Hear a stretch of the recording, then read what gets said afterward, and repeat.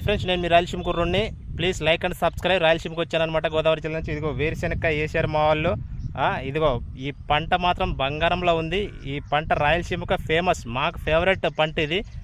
చూడండి ఎలా ఉందో, పచ్చగా ఉంది. Like and subscribe. మా రాయలసీమలో మొత్తం రైతులందరూ ఇవే వేస్తారు. చూస్తున్నారు కదా, ఇది కందిపప్పు అలాంటివి వేస్తారనమాట. ఇదంతా 3 ఎకరాలు 4 ఎకరాల్లో వేసామన్నమాట.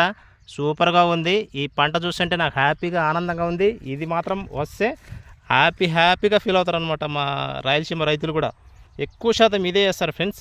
చూస్తున్నారు కదా, ఈ వర్షం నుంచి పైన వర్షంకే పండాలి ఫ్రెండ్స్. మన బోర్ గీర్లు ఏమి ఉండవు, తెలుసు కదా రాయలసీమ రైతుల బాధలు. ఇదిగో ఇవి మాత్రం వర్షం రాలేదనుకో ఎండిపోయి మొత్తం పాడైపోయి ఇంక ఏమి ఉండదు, అది అప్పు తప్ప. కానీ ఈ బంగారంలో ఉందంటే ఇది 2-3 నెలల పంట అనమాట. ఇదే ఇలాగే ఉంటే హ్యాపీగా ఎంజాయ్గా పండుతుంది అనమాట. ఇది వేరుశనగ గుళ్ళు